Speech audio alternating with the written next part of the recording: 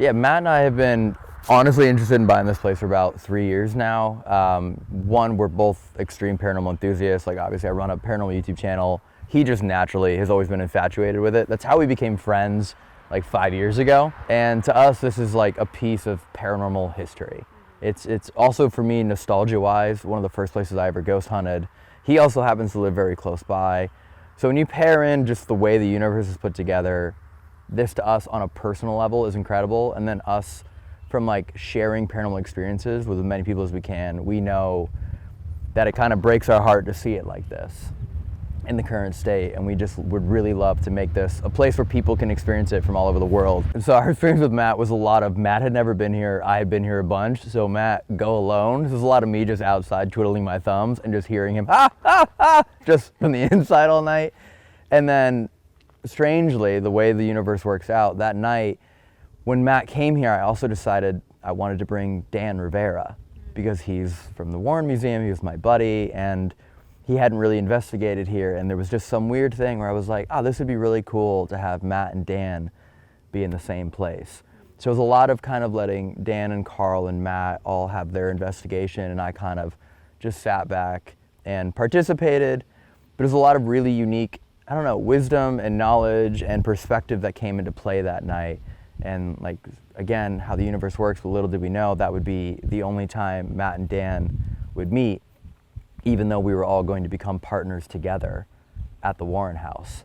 But that experience was, you know, poltergeist activity. You have really cool audio phenomenon, you have the ambiance, you have the friendship, and to me, like, that overall experience is like the most valuable. So in April, I got a phone call from Dan about the Warren house potentially being up for sale, and, you know, fast forwarding quite a few months, I was able to call Matt. Matt was like, absolutely, let's do this. I wanted to do it with him.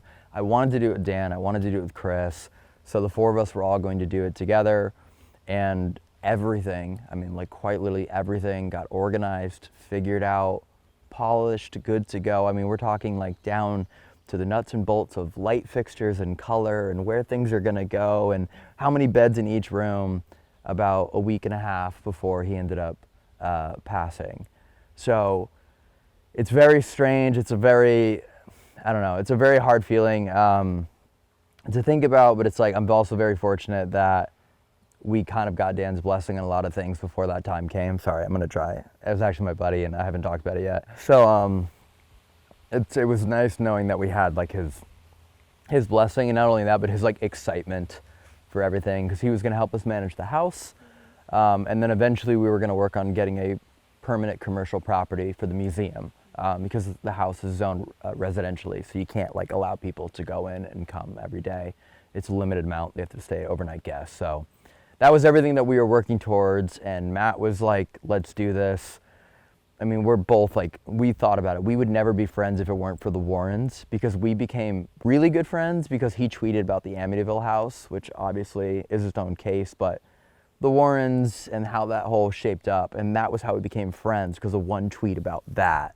And that's where we realized we had this common bond over paranormal. And then you fast forward years and years, and I lived 10 minutes away from, I graduated high school 10 minutes away from the Warrens house, and now Matt lives 10 minutes away from here. And it's just like all these weird things are all put together. So yeah, our plan is to get the Warren house up and running and open to the public. We're aiming for October. So the Warren house was a place we were originally trying to get to. I mean, I think we tried 8 years ago, because that's where the Warren Museum is. Ed and Lorraine's actual house in Monroe, Connecticut, where they studied, where they lectured, where they taught and practiced and painted and lived, and where they reviewed their cassette tapes and their VHS and their photographs. Like, that's where they did everything. It's their entire house for that entire career. And of course, attached to it is the tunnel and the museum, where Annabelle and all the other artifacts are. And then out of naivety or intrigue, years and years ago, before I knew anything, not saying I know anything now about the paranormal, before I really knew anything at all, I was like, let's go investigate the place where the world's most haunted items are.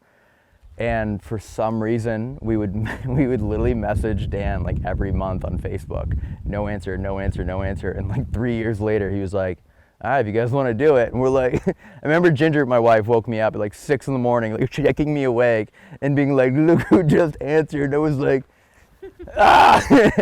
So like that's how it all came about. And I don't know why, like I was the person that they felt to reach out to, but like I had investigated there years and years ago. I did a charity fundraiser in there where I lived inside of the museum on the floor for, I think I did 100 straight hours, raised a little over $500,000 for Feeding America during that live stream, and became really close with them and friends with them. And now to know that they've entrusted me to be the one for the first time ever since Ed and Lorraine to be responsible for that house, to do it in a respectful way, an educational way, but still in a way that can kind of preserve and continue their work and their research in the paranormal is an incredible thing for me.